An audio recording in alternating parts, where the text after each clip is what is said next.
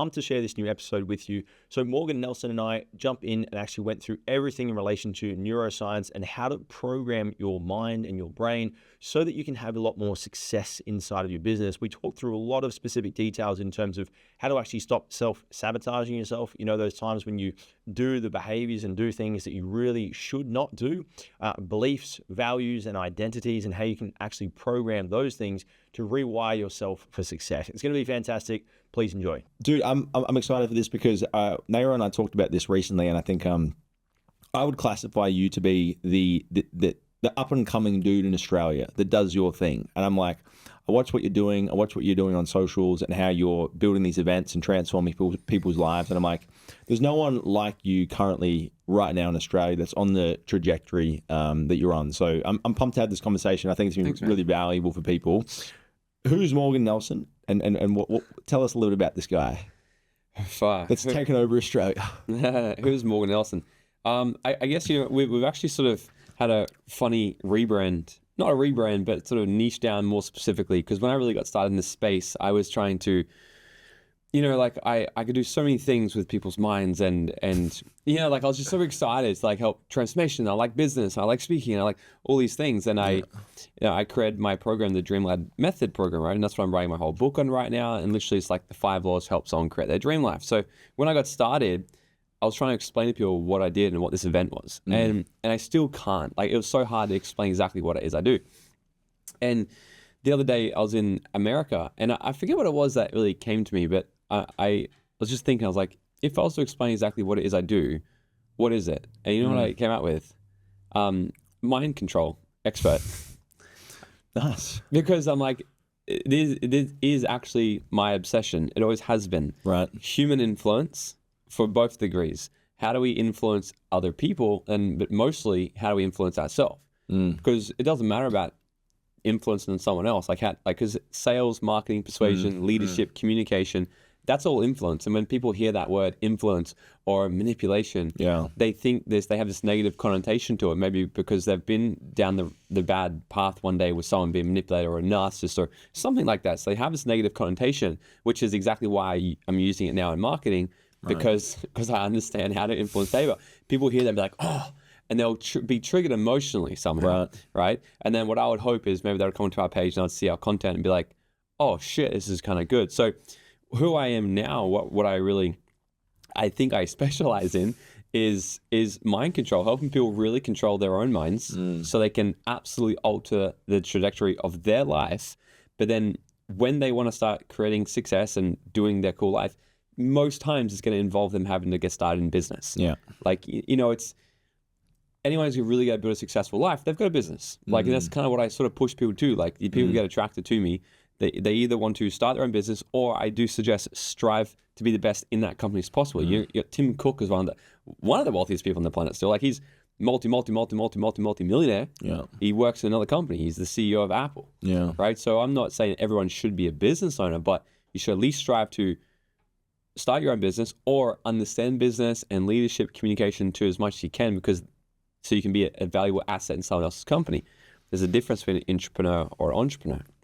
Right. So what I do now is, I like to consider myself as a mind control expert, helping people really understand their own minds so they can be their best self, create as much success as possible. But then for the higher echelon people who are scaling their business, need to understand mind control in the influence space, in marketing space, the depths of persuasion through marketing, through sales, through leadership, through communication. Then I love all these things as well, right? So that's everything we're doing now, and how we do that is through all of our education programs. So we run personal development programs, we run business programs. I like to teach people the mindset and the skill set to create their dream life. And so mind control, what are the things that I would experience if I have really bad mind control? And I'm like, that sounds cool, sounds great, but I'm sitting here and I'm like, okay, so I don't have any mind control. What might my life look like if you were speaking to that person? Yeah, it's they're up to their 10th jabbing booster, right? They're getting their 10th vaccine. They're the person who and I want to say this, and if people do get triggered, allow it, and then just stay and listen more still, because you got to understand, because the thing is this: if you're not in control, you're being controlled. Yeah. Okay. One of my mentors used to be a spy for the CIA, and that's what he said to me. He's like, if you're not the one in control, you are in control. And obviously, these guys do some of the most insane operations around the world, stealing secrets from other governments, and like it's crazy shit, right? So they talk about that. So simply is that, like, someone who's not in control is they're at the mercy of the people who do know how to push the triggers, which if you're not aware, it's obviously, you know, not to be conspiracy theory, but you know, it's government. Like the whole world is propaganda. Yeah. There's good propaganda and there's bad propaganda. We could use propaganda, let's say in an e-commerce business. If I'm going to start a new company, let's say I'm going to start selling these cups. I have a black cup I'm going to start selling. How do I convince you this is the best cup you should be buying? I'm either going to come out in the market and be like, look at my cup, it's amazing, blah, blah, blah. Or if I put this cup right next to, I don't know, a really nice expensive watch, right? And there's diamonds and stuff. And I'm gonna use this is propaganda. This is PR. How can I change what you're thinking? How can I change your perception of this black cup now? I'm going to put something that already has a higher value. I'm going to use it through the branding, through the marketing. Right. So you're either using these things in the marketplace, either on yourself and aware of it. So when we use COVID as an example, because it's the biggest propaganda tool I've ever seen in my life. Absolutely. Actually. Yeah. I wasn't alive through the war. You know, Vietnam War, apparently there's a lot of propaganda. Cold War, a lot of propaganda. I wasn't alive through these. I've been alive through COVID, and as soon as it started to happen, I was psychoanalyzing everything straight away. I'm like, I can see exactly what's happening right here.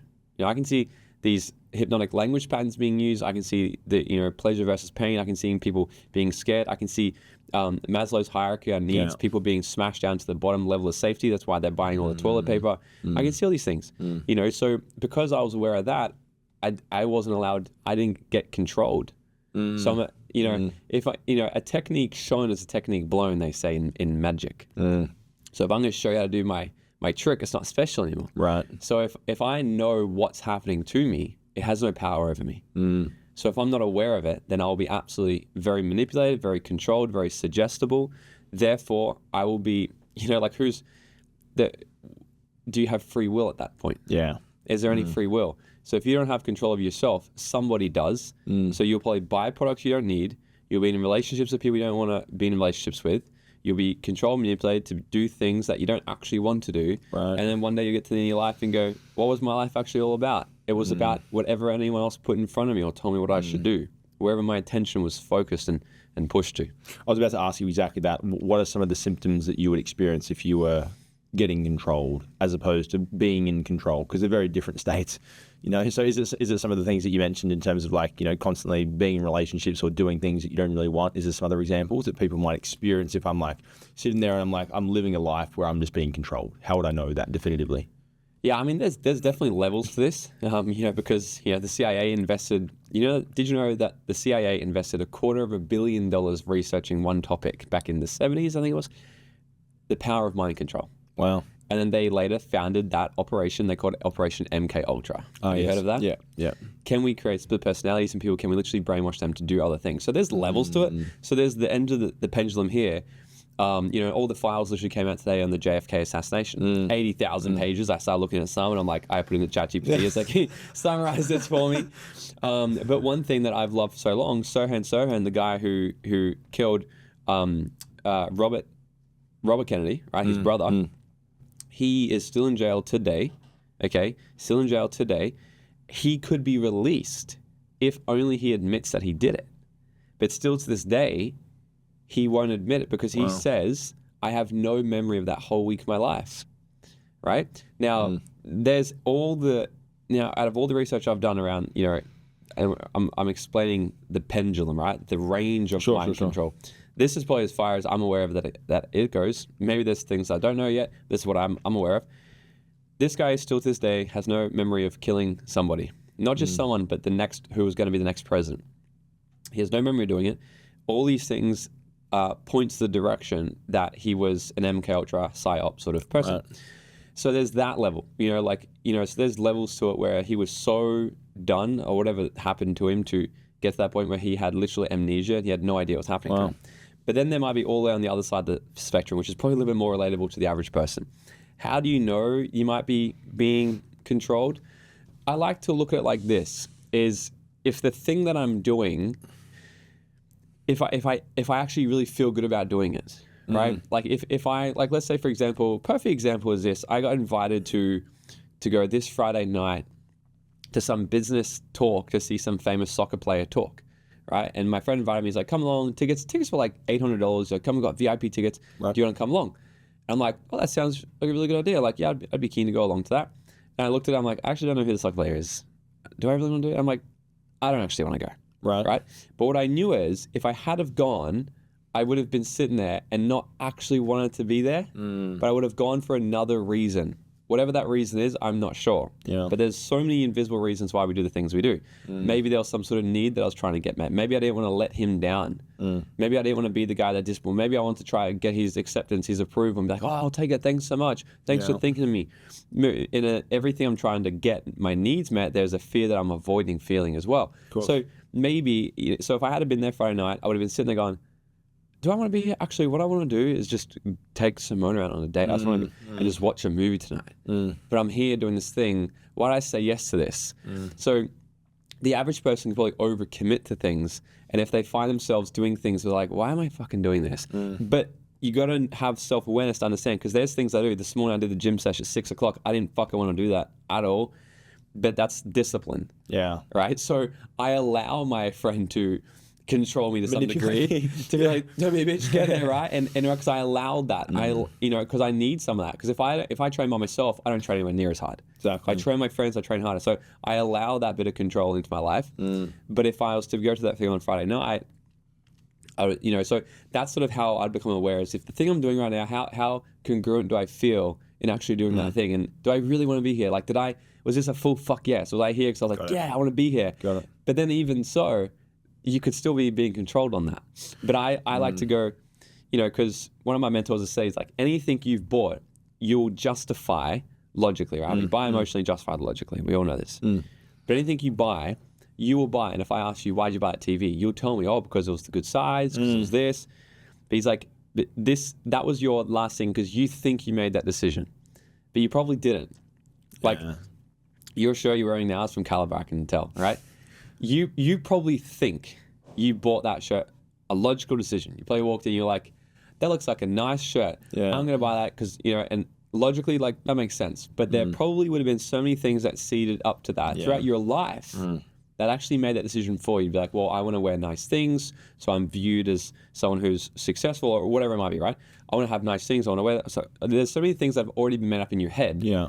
Then the question is, well, who put those in your head? Most of the time it's, marketing, social media, comparison, but then also how we're fundamentally created through our entire life. Like, all we're trying to do every single day is meet the things that we need met to feel like we're not about to die.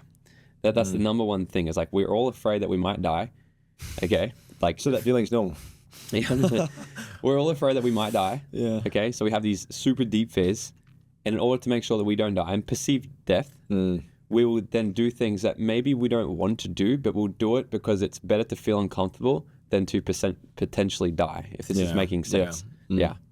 So I mean, we've gone straight into mind control and Jedi tricks here. How is this relevant? Because I mean, I'm listening to this and I'm also like, let's just say, for example, I'm an entrepreneur right now, and I'm like, okay, cool. So this makes sense. This could also be very dangerous if I'm like making decisions in my business or trying to decide what to do, what not to do, if I'm not the one in control. Genuinely, like, if I'm like, this is the best thing for me, or I'm making a decision based on fear or based on trying to please someone else type thing. So like, how do you see this applying into business or entrepreneurship? So how do we relate this into business is simply like this. So what I say is, in order to understand the control we have over our business and our behavior, we got to understand how the brain's formed. Okay, so there's 3 sections of the brain. What most people are aware of is our prefrontal cortex, the executive function. It makes all our executive decisions. Why? Because that's our awareness. It's like 5% of our brain. That's usually about it. Like 5 to maybe 20%. Some people are like, not power, but I'm saying like consciousness. Right. We're aware of, like, I pick up this cup, I want to drink it. But if I'm not aware of, you've been driving down the highway before, yesterday I was driving through here and I went through a red light and I was halfway through and I'm like, oh, that red light's red. I was like, oh my God. I'm like, holy shit, what has happened in the last 20 seconds? Right. I wasn't aware of that. There was something else driving the machine. And so a lot of people think that's what's, running the game. So let's say they're starting to build a business and you give them literally the blueprint. You say, just go start running ads. Here's how you do it. Set up ad campaign like this, asset, blah, blah, blah, and start putting money in. They know the exact steps and know exactly how, but they're like, and they're scared. Right. But they're not sure why. They're confused and they have this like split in their head because consciously they're like, I know what I should do, but for some reason I'm not doing it. Right. Or if they really try hard, they might sabotage, So then what happens is you got the other two parts of the brain. The middle brain is the mammalian brain, all right, which is really controls our emotion and all these things. Then the reptilian brain. Reptilian brain literally is our oldest part of our brain. This is like all neuroscience stuff. It's like 2 to about 20 million years old, they say this brain is. Think about how many of our ancestors, okay, were out there fighting tigers and, having all those threats and stuff. Think about the random threats they had to deal with and how much for our ancestors that this DNA, and then this has been shown that it gets passed down through our DNA like coding to be hardwired afraid of certain things. Right. But the number one thing that they wanted to do was to survive, okay, and reproduce. Do you know the thing, right? It's the animal. They were, okay, we need to make sure that I stay alive and we have sex. How do we know this? Is because none of your ancestors died a virgin. You wouldn't be here, right? The only thing they cared about is I need to get food and I need to survive and I need to come back so I can have sex and reproduce, right? So keeping that in mind, okay, the number one thing we want to avoid is dying or maybe not being able to reproduce. That's our biggest fears. Right. But then that translates into all these other things. So if we look at what's really driving underneath the surface of our unconscious brain, I want to unpack this super simply. The simplest way I've been able to sort of explain why we do what we do, and I've studied this for the last like 10 years, why we do what we do is like this. There's like 6 layers. The first layer is everybody wants results. So let's say they come with you or they go to a seminar, they want to start a business.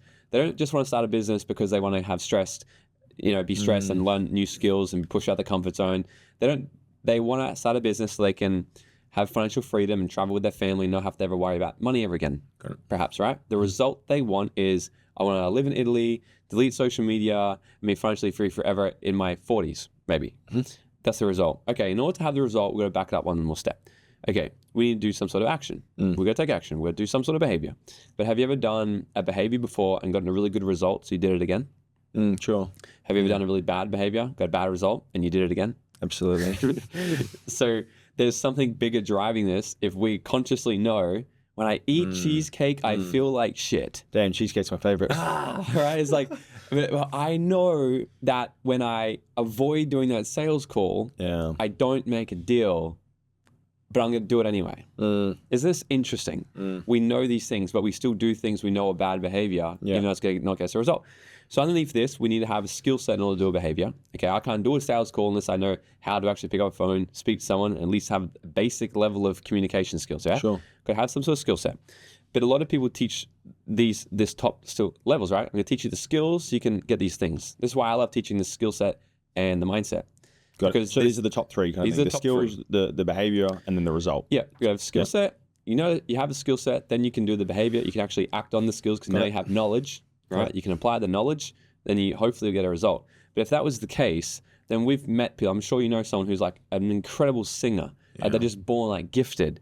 And you listen to them, you're like, why are you not famous? And the reason they're not famous is because they've got something happening in their head that says to them, but if I get on stage and I share my voice, then I might be judged and criticized and ridiculed. And if I'm judged and criticized and ridiculed, I'm going to be excluded from the tribe. And if I'm by myself, I might be killed. Yeah. So I'm not going to get on stage and ever do that. And this will happen super unconsciously. Then we'll justify it logically and go, oh, but I don't know, I'm just not going to do this. Not feeling it today. Oh, no, maybe not for me or whatever, right? Right. Because underneath the surface, the next one is our beliefs, right? The things that we believe to be true about ourselves or believe to be true about the world or our ability, our own ability to execute on, we're going to live out. It's going to feel real for ourselves. So if I have this absolute belief in myself that I genuinely can't do this, then I'm not going to actually even think about acquiring the skill set to do it. Right, that's what you mean. Right? I'm not going to buy the course. I'm not going to go to the event. I'm not going to do the thing because what's the point? It's just a waste. If anything, it's going to be even worse because you're going to remind me how shit I am because I genuinely believe that I can't do this. Right? It's so hard for me. People like me can't do this. I'm not a millionaire. I was never born to money. Insert every single other limiting belief that people say to themselves. So with these sort of fundamental things governing them here, they're not going to actually go and buy the course because there's so much knowledge out there. Of course. Like you get on YouTube and literally type in how to become a millionaire next year, and I guarantee it's like 1,000 videos there, and probably a lot of them are actually really good. Yeah. They're probably like actually really good. Like, because like I create content, and genuinely the content I put on YouTube is probably very similar stuff I teach at my paid seminars. Exactly. I'm just giving you the best everywhere, right? Yeah. Like you could probably go to my YouTube and mash up every video I've ever done, right? If you want to do all that effort and put together, you probably get a whole day seminar with me. Yeah. Right? But so our beliefs really govern this. This is most of our power. And we can come back to this because a lot of people ask, well, what creates a belief? Which I think is super important for you to understand because so many people talk about these days, limiting belief, empowering belief, right? But they're like, it's important to know what actually forms them. Because if you can understand what forms them, you can literally rewire your mind every single day whenever you're blocked with that. We can come back. Underneath beliefs is our values. Right. Now, our values is something that a lot of people think they know what they're talking about. And I say to people, I'm like, what are your values? And they're like, well, it's family, what's integrity? Integrity is a good value. But like a lot of people say like family. Right. But family is not actually a value. Family is not a value. Family are people. Got it. People are not values. Qualities are values. So the question I want to ask is, how do you feel? Or what is it about your family that you love the most? Right. Maybe it's just love and connection. So maybe a value is actually love and connection. And how you get that value is being with your family. Right. It's a different thing. So people might have these sets of values. For example, when I first started in business, when I was 21 years old, when I first discovered what my values were, my highest value was fun. So our values are some of our biggest intrinsic motivators, okay? Because values also give off an emotion. They give off a motive. Right. Okay, so you're clearly motivated by success, money, wealth, growth. One of those four are 100% one of your top three. Growth is, right? Yeah. Which is why, like everything above anything else, you're going to position yourself. So if I say to you, Sasha, we have two things we can do today. We can go play golf. It's going to be super fun. Or there's a seminar and there's Richard Branson coming to give a talk and there's like 100 people in the room. Or there's me in my office by myself on a Zoom call. Yeah. Yeah, perfect. That's my preference. Right. So it's like, that's good though, right? Because so how do you get growth? So maybe you wouldn't see value in the growth but how would I control you on that sense? Okay. So let's say if I know your highest value is growth, okay? And you think you'll get more growth by being on a Zoom call, doing something in your business. But I really wanted to get you to golf. I'm probably going to say something along, hey, I really know golf is the lowest one of your priorities right now, but I don't want you to think about golf. I want you to think about this person I need to introduce you on the golf course. This guy I'm going to introduce you to is going to change the fucking game for you. Like when I've introduced him to people before, he's taken people's business, he's tripled it within 3 months. And he's specifically in businesses like you, right? I'll be down to get you a game. You want to have, if you can't come, Reese is going to come, right? Thought of you first, man. Like, are you in or out, right? You'll probably be like, that makes fucking sense. More growth here. Bang, right? Golf. Yeah. Then we get there and you're like, no, it's the caddy. It's the caddy, right? So Sasha, it's a metaphor for life. You can learn growth from anybody, right? It's a spiritual growth, right? Journey. Yeah, right? But you see how what really drives you is, okay, where's growth? I'm moving towards that. Now, when I was 21, my biggest one was fun. So do you think I was motivated at all to grow my business? Zero, yeah. No, I was like, but what motivated me to grow my business was, hey, come to these business events because they're so much fun. Right. And there's parties every night. I'm like, oh my God, that sounds sick. And I was single at the time. So I'm like, there's so many girls. I'm like, oh, this is fantastic. Yeah. Right? If I can go to events, have fun, party, pick up girls, and learn how to make more money. Right. And if I make more money, I can do more. Oh my God, done. Right? So that wasn't a very effective values hierarchy for me. So I later changed it to my second, now it's my third value. It's love, success, and fun now. Right? And it creates me a great life. I have a pretty fun life. Then underneath that is our identity, okay? Like what really drives us? Like what do we genuinely believe to be true about ourselves, okay? But now let's just look at this. Like why has this got anything to do with it? This is literally what we're looking at. Let's say Bob, watching this, he is starting a business or he's already building a business. He's making $5,000 a month, but he's got a job still. He's still working his job. He's got a wife at home, 2 kids, and he's got his business. It's produced some results. And be so scared to go all in because he knows he has to go all in and be so scared to go all in and actually do his business. Right. If we have a conversation with him, he's got the whole blueprint here. Bob, if you just do this, your business is going to go from 5 to 50K probably the next 3 months. You could do this. And he knows it. Logically, he knows it. But why doesn't he do it? Now let's look underneath the surface.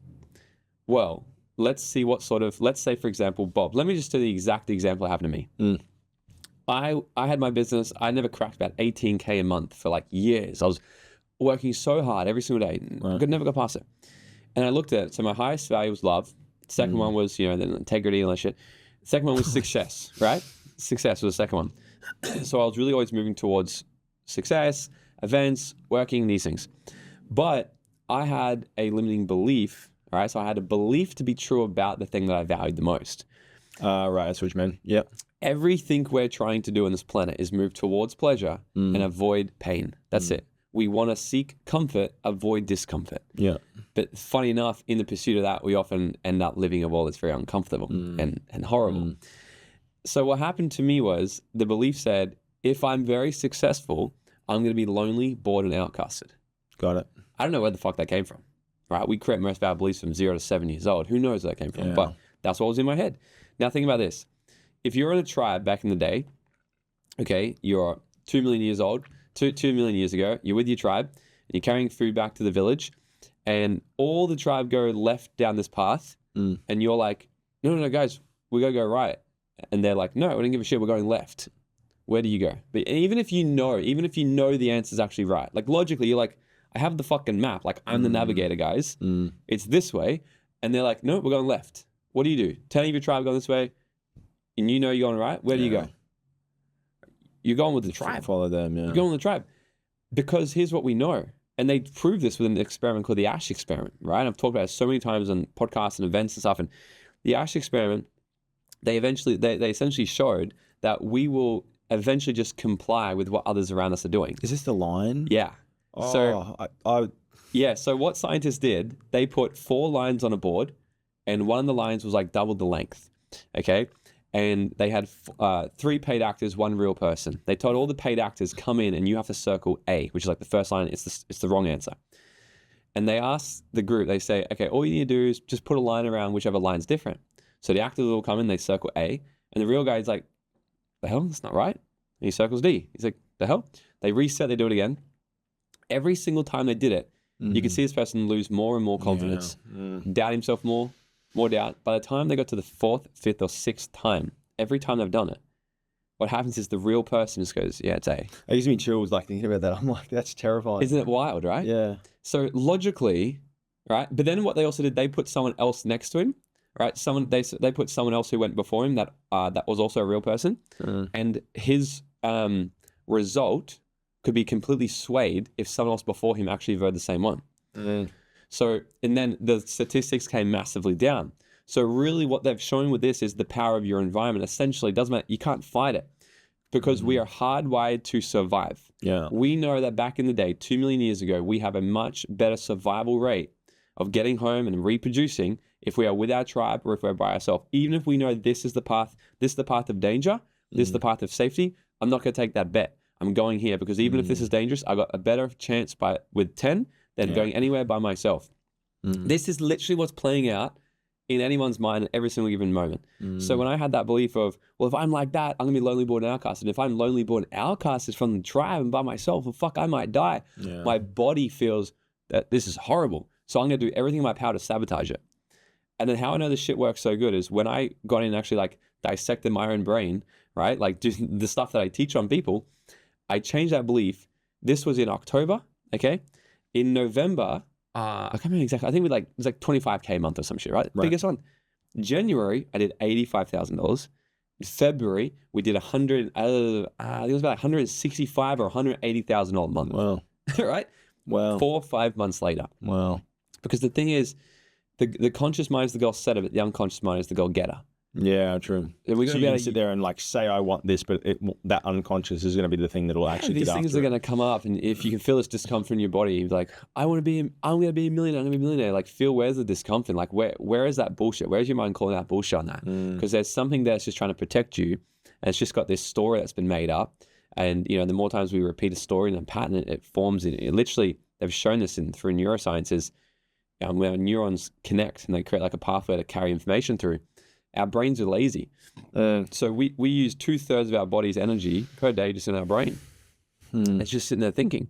So what it wants to do is if it sees a common thought, a common pattern again and again and again, it's going to push all these neurons together and it's like link them. Like they create like a super highway, I call them. Create a super highway where our brain can use less energy to carry that thought. Right. So when we have these thoughts like, I'm not good enough, I can't do this, who am I to do this, whatever, it's so easy for us to, carry that now. Right. So that's sort of that's how the whole mind control stuff really, really impacts people in business without understanding what's motivating us unconsciously, what beliefs we have around the things that motivate us, right? Because if we have negative beliefs around the things that motivate us, then we'll have these peaks and troughs like this. Yeah. Some success, sabotage, some success, and a lot of people live their life like an air conditioning thermostat. Yeah. Whatever it's set as in their head, that's what they'll always get at. They never really just skyrocket. I want to talk about what you mentioned in terms of the thermostat, because like for a long period of time, I used to do this in most of my businesses where it would be like a feast and famine, right? Like there'd be like a period of say maybe 18 months, crushing it, making tons of money, things are going fantastic. And then whether it's me ignoring warning signs, it just maybe thinking that things are going better than they were, whatever it was, and then I come into a position where it's like, I'm about to go broke. And then it would be like back against the wall, and then I'm like rebuilding again, and it works really well. And it's like hyper effective, and then I build it all back up again, only to run it for about another 18 months and then drop. And it would be like this consistent cycle. And I know when I speak to a lot of people in my team, salespeople, and a lot of other business owners as well, I know they have similar kind of patterns. So what do you think kind of happens in situations like that? We're either motivated towards the thing we want or away from what we don't want. That's it. How many people, you look around the average person here in Australia, if you were to rank them out of 1 to 10, 10 being the best quality of life, super wealthy, happy, sexy, amazing, and 1 being homeless, where do you think the average would sit? 6? Yeah, 6. 6.5. Yeah, I usually navigate around a 7. Right, 7's like that number. Yeah, I never say 7 because like it's like proven that is what everyone picks. So here's the thing, right? Yeah. Most people operate at around a 7. Yeah, and this is why they never really go to the next level, because a 7. The beautiful thing with 7, and I think it's why everyone sits there, is because it's not that shit. Yeah, it's good. It's good. It's not fantastic, but it's not bad. 6, I'd say you're starting to get bad. Yeah. 5, 6 is I'd say like not great. 5's maybe bad. 4's shit. 3's like horrible. 2's like devastating. 1's like, panic, help, right? Yeah. And that's sort of like this scale. Then 7's like good. And what I say is 8 is great. 9 is excellent. 10 is world class. And it's this scale.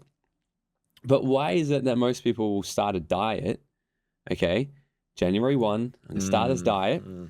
And then a month later, they're back to where they started. Or I'm going to start this business. I'm going to do this thing, and then they're back to where they started. Because here's the thing, they've been hardwired to live a 7. Yeah. And what happens is, when they're at a 7, they're like, look at this. The average person in Australia, they could live on minimum wage. Minimum wage in Australia is quite okay. Minimum wage, live here on the Gold Coast. You could live literally not far from the beach, share a nice house with some friends. Yeah. You could have a new car that's financed. And you can still go to the Burleigh Pavilion every weekend with the girls and have some margaritas. And you just do that every single way. That's a pretty fucking good life. That ain't bad at all. Like outside looking in, aliens up in space looking in, like that's pretty cool. Guys are loving it. Yeah. It's just, go to work, you do your thing, you pay your bills, you have a car, you got food, you go to the good gym. Fuck, that's pretty good. So for a lot of people, the pain, remember they're doing anything to avoid pain, gain pleasure. The pain involved to have to go from 7 to 8 is a lot of discomfort for not that much gain. Because it's like, well, why would I really put in all that effort to make an extra 20 grand a year? Like, yeah, change my life a little bit, but fuck, look what I have to do to get that. I just stay here. But what happens is when they drop to a 6, it's like the fire up their ass is hot enough to now get back to a 7. And a lot of people fluctuate there. So most people, I don't know, maybe there is a statistic on this. Maybe it is about 95 to 99% of people are away from motivated, right? Because running away from pain. Got it. Yeah, where they're going to do things where it's like, my goal in life is just to not suffer. Got it. Right? My goal in life is not to be a multimillionaire and happy and great relationship. That's not my goal. My goal is for it to just not fail. Right. It's like where you're putting your focus. Like, who's going to win? If all of my focus is to actually dominate and win, or all my focus is to not lose? Who's going to win? If I'm playing offense, you're playing defense, right? And that's the difference in people. And so a lot of people have been hardwired that because we're trying to survive. We're trying to survive. So I'm going to get through life, and leave school. I'm going to get a job. I'm going to save up some cash. I'm going to get a little bit. And I did this for so long. And the funny thing was, so many years ago, a very long time ago, my a blanket in my my thermostat in my bank was like 10 grand. Right. So. I'm like, if I have 10K in my bank, my expenses were so low.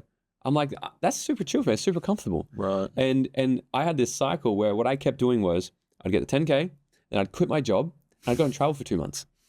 And I'd spend it all. I'd come back with 2 grand. I'm like, okay, back to a job. I'm like, oh, this is painful. I gotta work. Right. Then I'd get the 10K. I'm like, you know what? Fuck you. I'd quit my job again.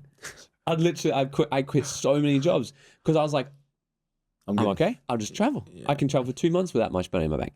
And then one time that carried through to my business, and I was talking to a mentor, and he goes, see, your problem isn't what you think it is. Your problem is that you think 10K in your bank's a lot of money. And I'm like, well, isn't it? Like, that's a good blanket. He's like, it's nothing. He's like, the simplest thing he said to me is just like, he goes, shift that to 100K. He's like, let 100K be your new liquid. I was like, oh. And I kid you not, just that one conversation, that was just the goal to go, oh yeah, I'm gonna, actually, yeah. Then I remember when I got 100K in the bank, I messaged him, I was like, I got 100K. He's like, yeah, get $250,000 now. I'm like, oh, okay. Now I'm just like, it's just so, it's so simple. I'm like, now I just want to just keep growing. Obviously, we invest them, and I don't want to keep any more than that, in the bank. But, that was happening for me because I just got to this place where it didn't hurt enough for me anymore. Yeah. Like, it just wasn't hurting. So I didn't care to do anything. Like, I had to get my all 4 wisdom teeth out when I got Invisalign a long time ago. Right. But they weren't, not because I was in pain. The dentist said to me, he's like, if you want to have a good job, AKA get pleasure, you have to get all 4 teeth taken out. I'm like, oh, fuck. And it was one of the hardest decisions of my life. Because have you ever had wisdom teeth out? Never have. They fucking suck. It's like the shittest thing you can ever do in your mouth. So, and I knew that. I was like, I have to opt in for what's going to be absolute shit to get pleasure. I'm like, but if if my mouth was swollen and I was in so much pain, it would have been a fucking easy decision. So true. Pull it out now. Go. Right? And that's entrepreneurship. It's about to actually go, okay, I'm going to go through temporary parts of pain so I can ultimately have the thing I really want in the future. That's entrepreneurship. And, I spent a few days with Alex and Layla Mosey last year, and I was super fired up to go and like chat with them, learn from them. And I went to their office, and Alex didn't even come out for like a few hours, right? And his team came out first. And I was kind of like, what the fuck? I didn't come all this way to meet your team, right? I was like, yeah, but I'm a learner, so I'm learning from his head of strategy. And I'm like, this guy's fucking smart, taking notes. Would you believe it? His finance guy comes out. I'm like, finance, bro, here we go. I'm like, this guy's fucking smart. Wow. The sales guy comes out. I'm like, oh my God. Then I said, these guys, if they ran my business, it would be so much better than what I'm doing. And I'm like, why are they employees, not business owners? And then I really understood it. Entrepreneurs become entrepreneurs not because they're talented. In fact, they're usually not talented. They become entrepreneurs because they love taking risk. Entrepreneurship is about, if I do this, will it pay off? I'm not sure. I'm going to try. Entrepreneurs, on average, and this is a new study I'm looking into, actually. I interviewed a neuroscientist a few weeks ago, and I looked into this. Not all entrepreneurs have ADHD, but a lot of entrepreneurs have ADHD. But the number one actual common trait with anyone with ADHD is they have a dopamine deficiency, meaning you'll do anything to get up to a baseline of fucking excitement. I jump out of airplanes for fun. My day off to hang out is fucking throw myself out of airplanes and skydive. So good. Right? So she goes, anyone with ADHD has a dopamine deficiency, right? But you don't have to have ADHD to be an entrepreneur, but a lot of entrepreneurs do have ADHD. Sort of precursor. Right? So I was like, I want to do, so it's not like you have to do this, but we're seeing some commonality here, right? So you do have to have this relationship with wanting to take risk in hope that the thing you're doing will pay off. And any risk is going to incur some pain. And you have to either go through the pain of discipline or the pain of regret. And a lot of people think that they can avoid it. They think like, oh, if I don't do this, then I'm avoiding pain. Like, let's just make it super easy. Going to the gym. If I don't go to the gym today, I've avoided pain. He's like, if I would have loved to skip the gym today, I really wanted to sleep in. and I would have avoided temporary pain. But if I do that every single day, in 10 years, I would have to face the worst pain, maybe have a heart attack or have something wrong with my body because I didn't look after it. Yeah. So if we can do the small, teeny things that suck a little bit now, eventually we're going to have what's really good. So if we do what's hard, we'll have what's easy. But if you do what's easy, you'll have what's hard eventually. And so that's sort of like this relationship we've actually got to mentally sort of overcome. And so it's about really just understanding this. So every single time these things pop up where our brain's trying to negotiate with ourselves and just, no, you don't have to do that. You should do this. We got to step in and actually intervene with this. And there's been so many studies now that we can reprogram our mind and reprogram the neuroplasticity in our head to literally think in a complete different direction. So how, like using some of those examples, like let's say, for example, I want to start going to the gym and I know that I need to do it because I'm overweight, right? And I'm like, I know that I need to do it. It's the right thing to do. And I'm just like, I just can't bring myself to do it. I'm scared of going there. I'm scared of what people will think of me because I'm like overweight. I'm like, how would you solve for that? How would you mind control that? Yeah. Okay. So first things first, there's this thing called, have you ever heard of the spotlight effect? No. There's about 100 to 120 different cognitive biases that most people fall victim to every single day. The best marketers in the planet know this. The CIA know this. And one of them is called the spotlight effect. What this means is people are not actually thinking about you anywhere near as much as what you think they are thinking about you. Like if you were to think about the last 5 people you just passed in the street, can you remember what they were wearing at all? Like no one remembers that information because you're too busy thinking about what other people are thinking about you. Everyone's doing that. So when people have this fear of like, oh, I don't want to go to the gym, I don't want to start my business, I don't want to post content because what are others going to think? Well, you know what? Chances are they're not actually thinking about you because they're caught up in one of the cognitive biases of being so consumed with what others are thinking about them. So it doesn't actually matter. So you got to get that out of your head straight away. They're doing the same thing that you're doing. They're doing the exact same thing, right? Yeah. So it's like you just got to actually have that, have that humility to go, no one's actually caring about me that much. I'm not that special. I'm not that special, really. So move that to the side. And then contrary to what other people think, like I've never done a 75 hard. I think you have. You've done that? Yeah. I've never done that. To be honest, the name doesn't sound that enticing. Sounds horrible to do, actually. Not bad, pleasurable. Avoiding pain. But, I see a lot of people, January 1, they're 50 kilos overweight, and they go, you know what, this year I'm doing a 75 hard, right? And, great intentions, but they wonder why it's so fucking hard for them to do that. Because most people, they're driving their car in reverse, and it's like just smashing it in the first gear. It's like if you do that, you explode your gearbox, right? Yeah. But what a lot of people should actually focus on doing, instead of you going so far backwards, instead of trying to go, okay, I'm going to go forward, just stop the process of falling backwards. Right. Slow the car down first. So maybe put it in neutral. And How do I do that? So become aware of the things that I'm actually avoiding. So let's just keep to the gym analogy, or we can keep it the business. Let's keep it the business, right? I'm building the business. I know I should be doing more things. I should be posting more content. I should be doing this thing. Everyone knows what they should actually be doing. That's why they're avoiding it. Absolutely. Right? So I would first become aware of, okay, what am I actually avoiding? And then I'd start to chip away at these things. Okay, so let's say I'm sitting here, and I'm looking at the big daunting mountain of scaling my business to $1 million a year. I'm at $5,000 a month. I'm like, this is so scary for me to do. Stop focusing on the mountaintop. The mountaintop is scary. Okay, have that as the vision. Have that in the map. No, that's where you let you guide there. Get excited by that. Like, that's going to be so cool. I can't wait to get there. If you are going to go there, live in that person and then ask yourself, that person from the mountaintop, what does this person do? What should this person do right now to actually get there? And reverse engineer this a little bit. But so use this as the guide, but don't let it daunt you. And a lot of people look at that and go, it's so far. Perfect example. I started dancing bachata dancing, right? Like years ago. Okay. I wanted to learn bachata. I went to the studio. My first lesson, I sucked ass, obviously, at it, right? I was super shit at it. I'm not a dancer at all. And after one lesson, I was like, fair enough, not very good. After a week, kept going. My second week, I remember, I saw the dance teacher dance. He did like a demonstration after. I was like, holy shit, you're good. Right? Because my confidence was building up. I was like, 2 weeks, I'm pretty fucking good now. I can do 4 steps back and forth. I can tilt the girl.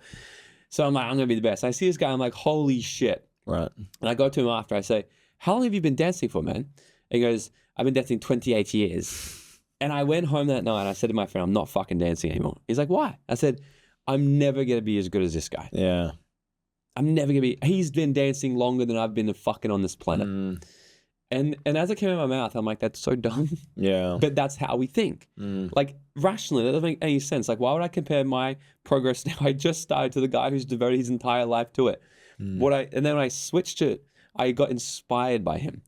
Instead of trying to compare my skill level to him, I got inspired by him and let that drive me to be like, that's what's possible for me if I did the things that he did. Now, so okay, what did he do? Well, he danced every single day. He got coaching, he got mentoring, he got feedback, he kept going, he wasn't afraid to fail. And so I let the thing be the guide, the inspiration to point me in that direction. But then we got to come back down to, okay, what am I actually avoiding doing?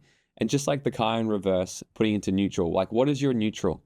What is the neutral, the baseline? Okay, like one thing we've talked about before is one of the things that really helps you go from where you were to where you are now is simply going, okay, I'm going to get up on time, make my bed. Yeah. Right? Because what this is doing is actually building inventory and evidence in our head that we are someone who follows through the thing that we said we were going to do. And the basis of anyone's massive success or failure in life comes down to one thing, and that is their self-worth. Their self-worth and how much they trust themselves. Self-trust and self-worth is simply built off doing things that kind of suck over and over and over and over, and just letting that build up as inventory in your head. Yeah. So when you tell yourself, okay, this month I'm going to post my Facebook ads, I'm going to go live, and then you don't do it, right? What's happening is you might think, well, no one's going to know. True, no one's going to know. But the one person that knows everything, that controls everything is you. You might go, well, no one's going to know that I didn't do that, but you'll know. Yeah. So the next time you say a new goal, your unconscious mind has now it pulls out a big inventory box of like all these files, just goes, well, hang on a second. You just said you want to scale to 100K this month. Let me take a look. The last time you said you get that. Well, I have 100 pieces of files here that you didn't even wake up at 6 o'clock when you said you're going to get up. You didn't even make your bed when you didn't even do this. What the fuck? You're not going to go to 100,000.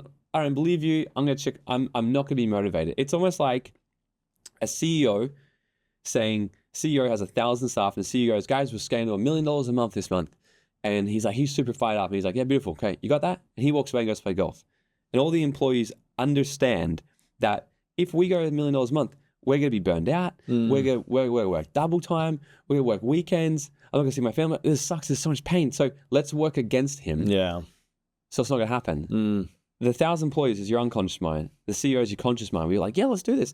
The unconscious mind is like, dude, we can't do that. We have how are we going to do that? I have no idea how we're going to. It's exactly what's happening. So, you know, for people, they've got to just start building these blocks and build this foundation of being someone who does the shit they said they were going to do. Yeah. I took the piss out of a friend today, actually, because he said he was going to come to our party last night. And he didn't rock up. Right. And he told me his excuse, which at this point in life, that's all I hear, fucking excuses. Yeah. It could be reasonable, but I don't give a fuck. You said you're going to be there, you weren't there. Yeah. Take responsibility, right? Yeah. So I just laughed. I said, haha, typical, use his name, typical behavior. And I just laughed. And he goes, dude, actually, this is something I'm really trying to work on. I'm like, that's good. You're trying to work on that, bro. That's good. It's good you're aware of it. And I wanted to literally because that's call him out. Know? Yeah, I'm like, dude, this is why I don't hang out with you, bro. Because you're fucking flaky. Yeah. Like, be someone who said they were going to do something, right? Like, there's never been a time where you and me have ever said to each other, like every time we've ever made plans or done anything, it's like I've never had to follow up with you. We never have to follow. Are you going to be there still? Are you sure you're coming? Are you on the way? Yeah, it's like we could talk in a month. Like, hey, in a month, let's do here. And I just know I rock up. If I don't talk to you for the next month, you'll be there. Yeah.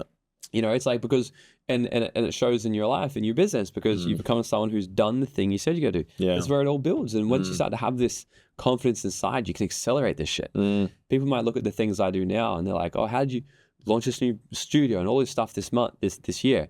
It's like it might look simple now because it really is. It's getting easier because my body is more comfortable with me taking bigger risk, a bigger thing, because I'm like, I've done so much. And then when I pull something like this off, I'm like, what's next? Yeah. What's next, right? I want to talk about the beliefs because you said it earlier and you said it like in such a way where you were just like, oh yeah, I just like identified that like, you know, fun wasn't really serving me. So I just like swapped that thing out. And I was like, what? Is it like a freaking plug in the wall or something? Like, how, like, let's say for example, my value growth, right? I'm sitting there and someone else's value might be like safety, right? And they're sitting there, they're like super safe and they're like, I want to be safe, but they want to grow a business. Clearly, there's going to be some big conflict there. Huge. So how would I go about being like, okay, safety plug out and growth plug in. Like, how can I do that? There's a few different ways. Like if I'm gonna do it one-on-one, so obviously I've got the tools, I can do it to myself. Like, so if we're gonna sit down one-on-one and you're like, hey, I want to shift one of these values of mine, and you really want to do it, and we want to do it as fast as we possibly could, I'd probably just put you into hypnotic trance. Got it. I just hypnotize Right, cameras you. off. Yeah. I'll just hypnotize you and just put you down and just literally speak directly into your unconscious mind and just move shit. I'm going to seed new things. I'm going to remove beliefs. I'm going to change how your unconscious mind actually perceives the image that's installed in its head. Because all memories or feelings or beliefs usually are stored with some sort of image. Yeah, sure. And then there's, if you close your eyes and you think of growth, you have an image of growth. Yeah, and if I can get into your head and actually affect how you see the image, it's probably going to really change how it motivates you. Right. So we can sort of get in that if we want to do it super fast, but that's like a one-on-one thing.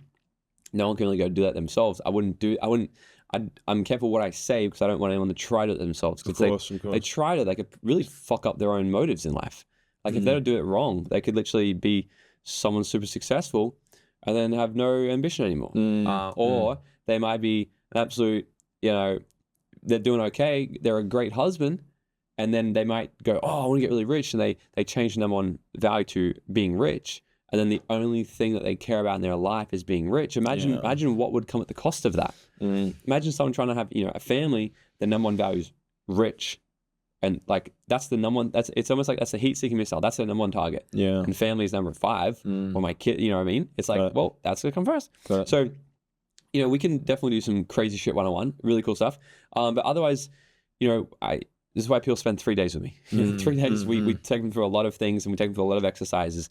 But for someone at home, shifting values is a little bit tricky to sort of do through an exercise. But, what can shift values is environment. Okay, so if, for example, my value was still super fun, like number one fun, and I came around and hung out with you, and me and Reese, and we played golf.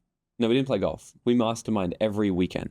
Right. Eventually, I'll either deselect from the group or eventually probably go, I'm somewhat interested in this as well. Right. Interesting. Right, and I'll start to shift my own, right? So we can absolutely change. It's exposure almost. The power of our environment. Eventually, I want to stay alive.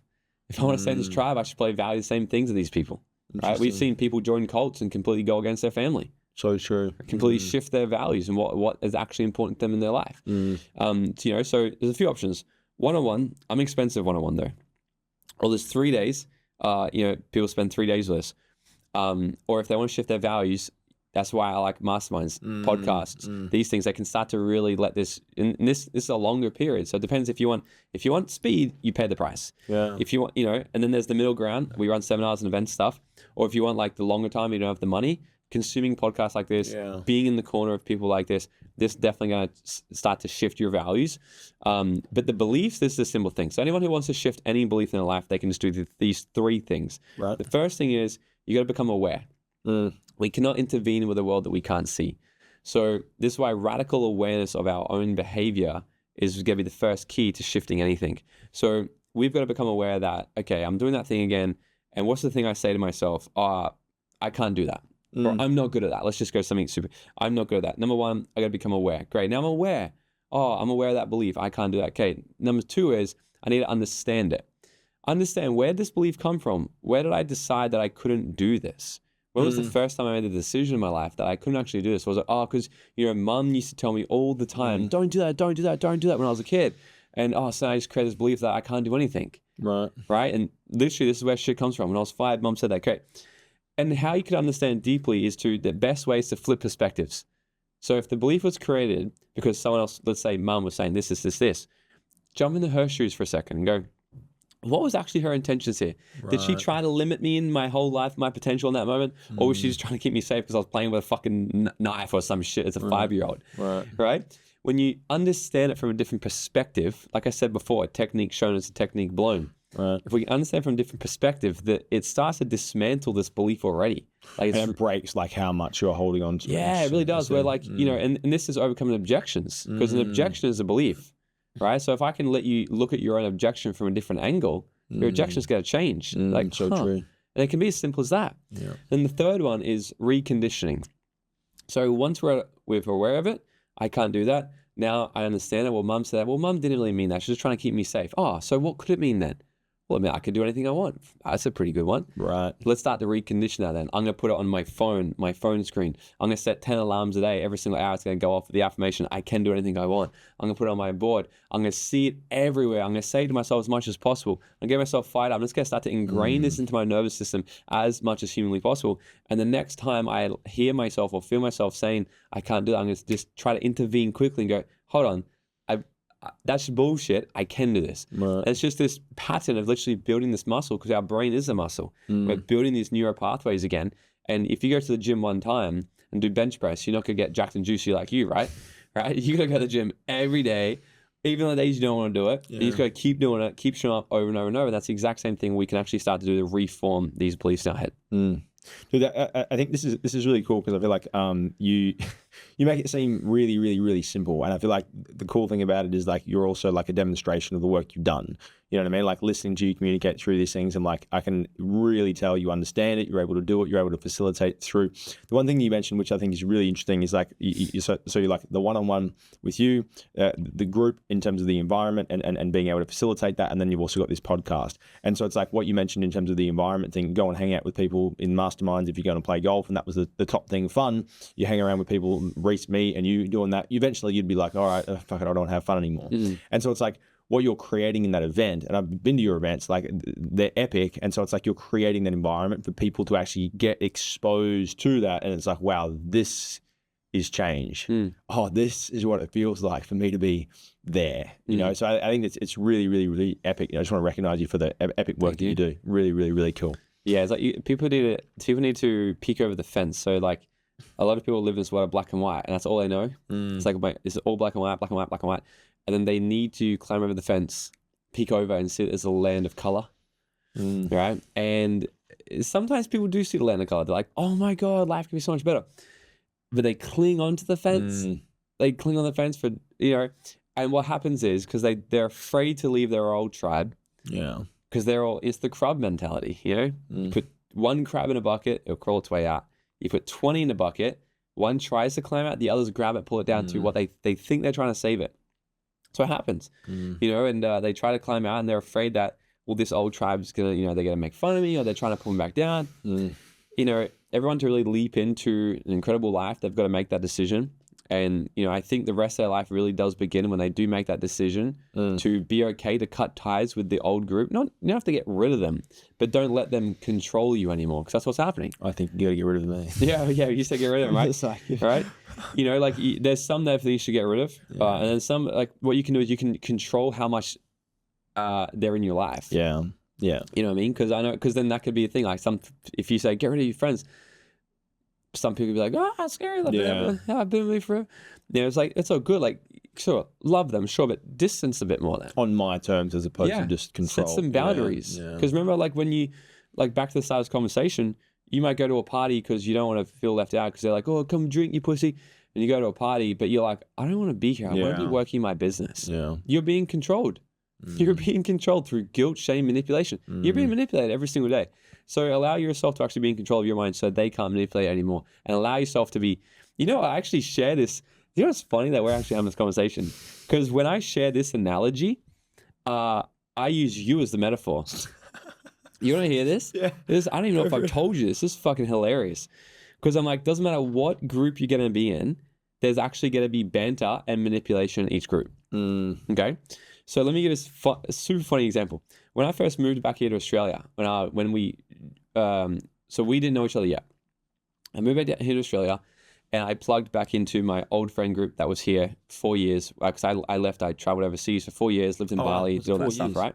Yeah, so when I came back, and it was the start of COVID, and I'm like, well, who's around? And I started calling friends, and I remember we went out to a dinner, and I'm just at a dinner, and I'm like, and you plug back into all your old friends. Yeah, you've got. I was like, nothing's fucking changed. Yeah, wow. You're all doing the exact same shit. Wow. And then I was like, I need a new circle here. Well, I'm like, fuck, right? I need a whole new circle. I'm like, this is crazy. And then I met Ray. So I ran an event. I met Ray. And then that week he goes, hey, you know, so my old circle would say things like, oh, you know, we hooked up with all these chicks, you know, oh, get a fucking drink. Oh, let's do a shot. You know, and I'm a sucker for a shot of tequila. It's still, you know, tequila's good. Still is. It's like water for me. You know, it's like, let's do shots. I'm like, right. And then all this stuff, like, do this, you pussy. And then Ray invites me. He goes, hey, we're going on a yacht party this Wednesday. Do you want to come? And I'm like, yeah, sure. Let's go to this yacht party. And I think I knew you on social media, but I don't think we were like mates yet. Sure. We knew of each other, right? Got it. Ray invites me on his boat. I said, what's the occasion? He goes, we're celebrating one of our friends, his 21st birthday and making his first $1 million year. This was Sean. Big group. Yeah. And he's like, I'm like, fuck, a yacht on a Wednesday, 21-year-old doing a first $1 million year. Dude, I'm there. Like, sign me up. Let's go to this party. Right. And we rock up to this yacht and we're on the yacht. I don't know if you remember this one when it was the Halloween party and everyone's dressed up and shit, crazy weather years ago, right? Right. And I'm standing there and I was leaving my old business and I was in this transition period again of like, I was in an old tribe. Right. I climbed my fence, went to the land of color, succeeded in the world of color, but now the new land of color became the new land of black and white. And I was like, I'm not here anymore. I'm climbing this new fence. I'm like, here's these other online entrepreneurs doing bigger stuff in the world, making, $100,000 in a month. Oh my God. And Jules, I don't know if you remember Jules. Oh, yes, I do remember, yeah. He rocks up looking like an idiot, actually. Remember painting the standard shit? He rocks up and he's there and he goes, you said to him, how much do you make this month? And he goes, we did like 40 grand this month. And you go, I don't even know if you remember this. You go, hurry up and make 100K, you pussy. Yeah. And I'm sitting there drinking. I'm like, spat out my fucking, I'm like, the fuck did he just say to him? And then Wade came over and goes, one of you both can make 250K months, you pussies. And I'm like, I feel like getting popcorn out. And I'm like, the fuck is going on here? Yeah. I'm like, it's the same shit. Yeah. It's the same manipulation. Stop being a pussy. $40,000 in a month, fucking grow up. And I'm like, I'd never heard anyone say that. I'm like, holy shit. And because this was a week apart, the dinner a week ago. Right. Take a shot, pussy. Massive polarity. Make 100 grand a month, pussy. I'm like, choose your banter. Yeah. Choose the group. Yeah. And then that's when I was like, I'm going to get on more boats like this. I'm okay to be humiliated a little bit like this. Right. And, and then, it's funny enough, like I keep doing my thing in the land of color and it feels like lately, like I don't know if you're the same, like you crush in this arena, you have to find a new land, right? Yeah. And I've always been an advocate to be the dumbest and the poorest in every room I'm in. And then the thing is, the more you do that, the more you become the person where people try to get in your room. And so it's harder for me to get in those rooms now. And I feel like I'm always in rooms where I'm richer and smarter. I'm like, I found it so challenging at Patrick's event.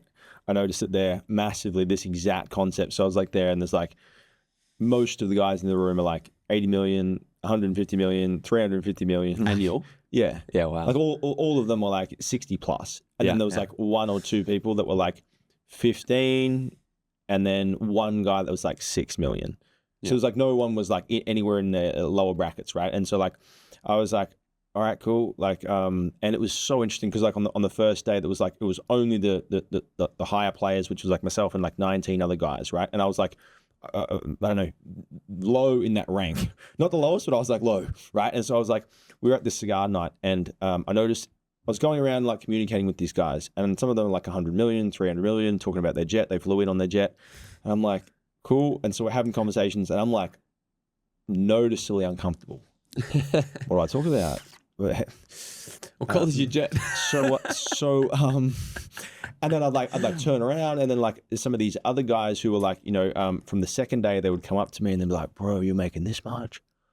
Oh my God. And I noticed like the level of comfort, right? I was like very uncomfortable here speaking to this dude that's making like 300 million. And then I'd turn around and these guys are like, how do you do this, man? How do you, what's strategy? And I was like, oh yeah, what you do is you do this. And I was like liking this conversation, but then I was like really aware that I'm like, bro, you got to turn back over here. And it's just so interesting, like you notice it and you're like sitting there, you're like, oh yeah, this is fun talking about the cool things that I've done. Yeah, this is fun talking about how much money I make when this guy over here is making me feel like an ant.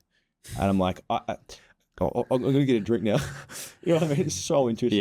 Yeah. It's, I can explain exactly why it's like that if I don't have time we got. But I did Access Macro America, and I remember I was sitting talking with Dean Graziosi, and he was just telling me, he goes, yeah, in the last 7 years we did X hundreds of millions of dollars in this one company of mine. I said, that's incredible. I said, I thought this company was good, but not that good. He's like, yeah, he goes, it's still good. He's like, our other ones do a lot more. And I'm like, and like this, I'll tell you off this what he said. But I'm like, fucking hell, that's great, man. This is Dean Graziosi though, right? And he goes, yes. What did you make? What did you make last year? I'm like, is there a bathroom or next stop? Yeah. But then I just had that reminder moment. I'm like, but this is what I've done in my life. This is what's got me to where I am. Yeah. To be embarrassed to tell you what I made last year.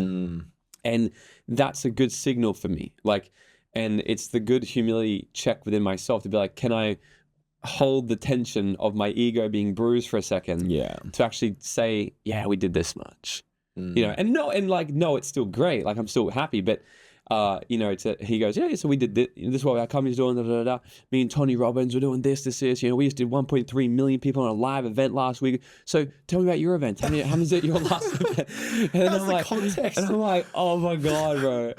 You know, but then I was just telling him, but I could tell, but he's just genuinely, because, you know, these people, I guarantee you what's happening in their head. They're like, oh, it's so cool. And they would probably love to give you value. Yeah.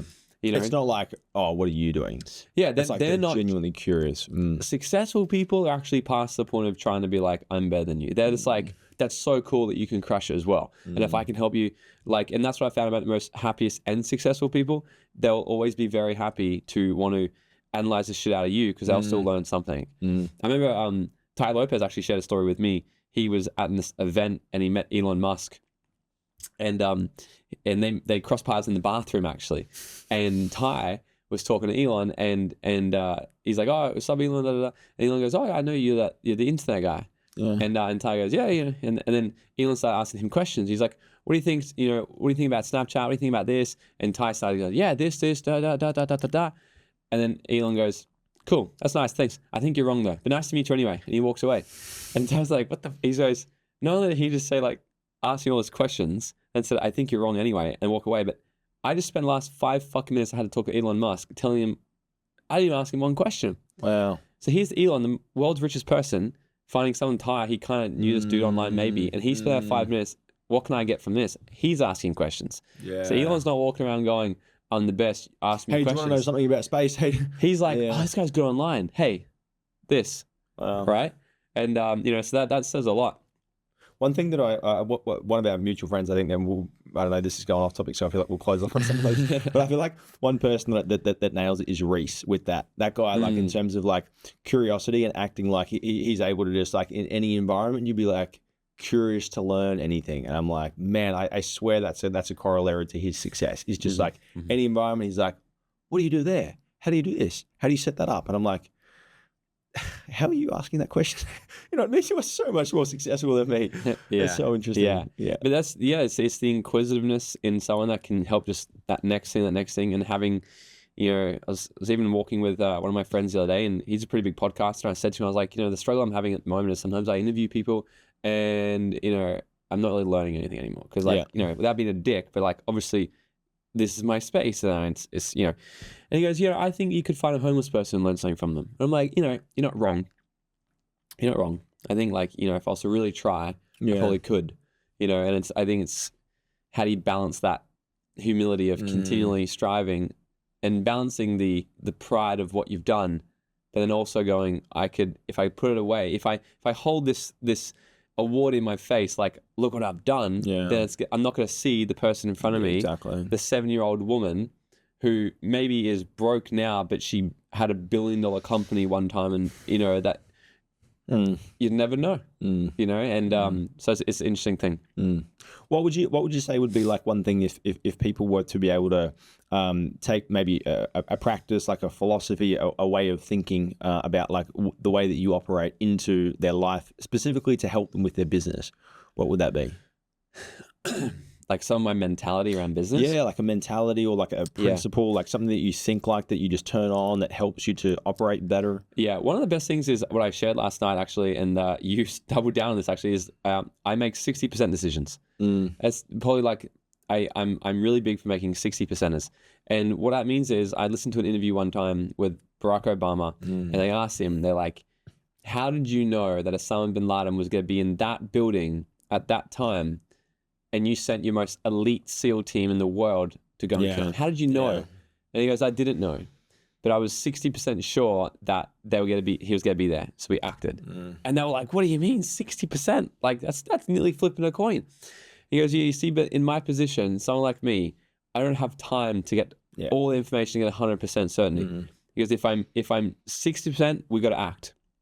And we take that chance. And, of course, you've got 60% chance of it working, but you have 40% of it not working. But what you're going to realize from that, if you just act, if as soon as you got enough data to go, let's just go. I don't have it all figured out yet, but I'm going to go. You're going to learn very quickly. It's either going to work, and you go, fuck yeah. I could have just waited another year to get all a little bit more. And by the way, you're never going to get 100%. That's an absolute myth. Maybe you spend another year and you get 90%. You go, I'm pretty certain, let's do this. I've crossed all my T's, dotted all my I's, let's do this. Then you've just wasted a year. And the opportunity's changed. Everything's changed. Yeah. Or then we look at the other side. You go, but what if you took action and it was wrong? Because there's still 40% chance to not work. Well, true. But you would have learned very, very quickly how to get that other 40% you were looking for. Yeah. So if I took action and then realized very quickly, oh, fuck, that's not going to work. Great. Well, you know what? I've just found out very quickly instead of 6 months later why it didn't work. Oh, shit. Okay. Well, that didn't work because of that. Okay. Well, go fix that. Get that. Put it in place. Now it's going to work? Yeah. Now it's going to work. Fuck yeah. Well, I just figured that out in a week versus waiting a year. So I'm really big on 60% decisions. Like we're sitting right now in my studio. We just did, so we had the whole launch party here last night.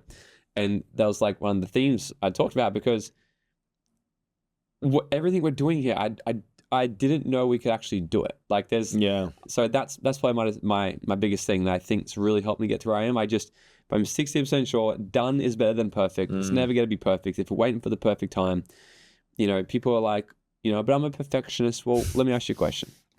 Has there ever been a time in your life where something really shit happened? Something so imperfect happened, right? Everyone's got that where you would never want to go through it again. Yeah. Everyone's got that event. But let me ask you, if you had a magic wand, you can go back and actually change it and make it never ever happen. Would you do that as well? Probably not. Most people are like, no, I want to keep it. Why?